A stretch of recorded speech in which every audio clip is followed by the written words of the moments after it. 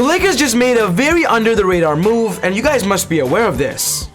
I simply love how right now Rob Pelinka and the Lakers are still making moves to adjust their roster, and of course pre-plan for their future. When looking at the Lakers' current roster, the one position they have the least amount of players on is the center position. But with the news we got today, they just signed another big man.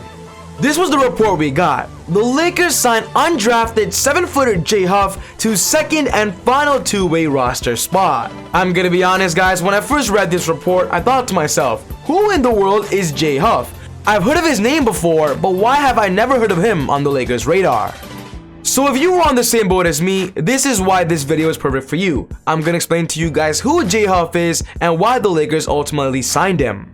What's going on guys, welcome back to a very special episode of Easy Buckets. My name is Soom and I make basketball videos every single day. So be sure to hit the subscribe button and turn on post notifications to not miss any of my upcoming videos. If you watched this video, you loved it, and you learned something, do me a solid guys and smash that thumbs up button. I would really appreciate it. It would help out the channel a lot. But without wasting any more time, let's talk about who Jay Huff is. The first topic I want to cover is for you guys out there asking, what is a two-way contract? I'm going to explain to you briefly.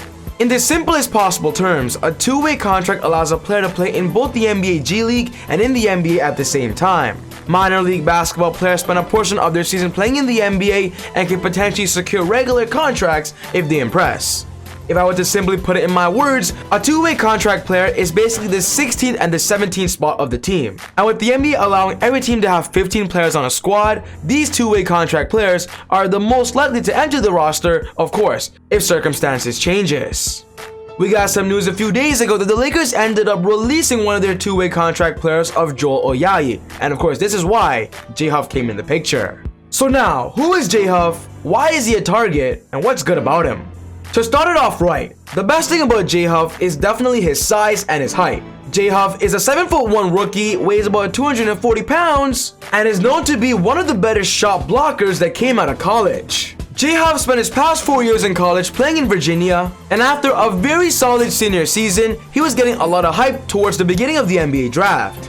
During his senior year, he averaged about 13 points per game, 7.1 rebounds, 1.0 assists, and 0.5 steals. And as I mentioned earlier, his blocks per game is insane. He averaged about 2.6 blocks per game and was known to be one of the best bigs in college. He played about 27 minutes per game, but his best stat was him shooting 39% from the three-point line. A big that can block 2.6 shots per game, but also be a pretty decent three-point shooter, that's gotta stand out to a lot of NBA teams, especially with the NBA right now focusing on bigs that can space the floor.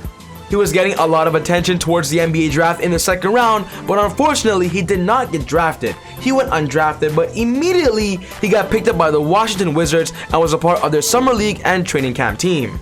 With that being said, NBA scouts said he would fit alongside Washington or would stay there for the time being. But with the Wizards right now having a lot of bigs as well of Montrez, Daniel Gafford, a returning Thomas Bryant, Jay Huff simply has no future there and is the reason why he's where he's at right now.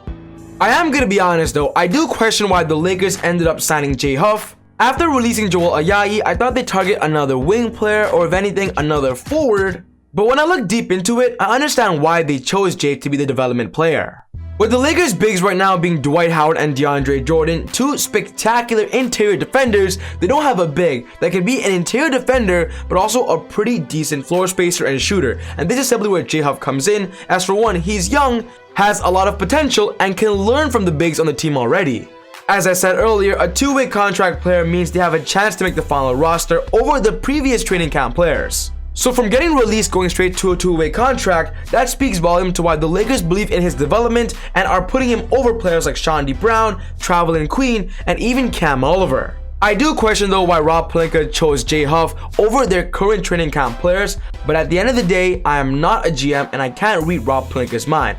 But from what we know, they believe in Jay Huff. With the Lakers right now having a full roster though, I don't see Jay Huff entering the final roster unless something crazy happens. And the only possible way I do see him getting consistent minutes on the roster is if an injury happens. And of course, as Laker fans, we don't want to see that happen at all.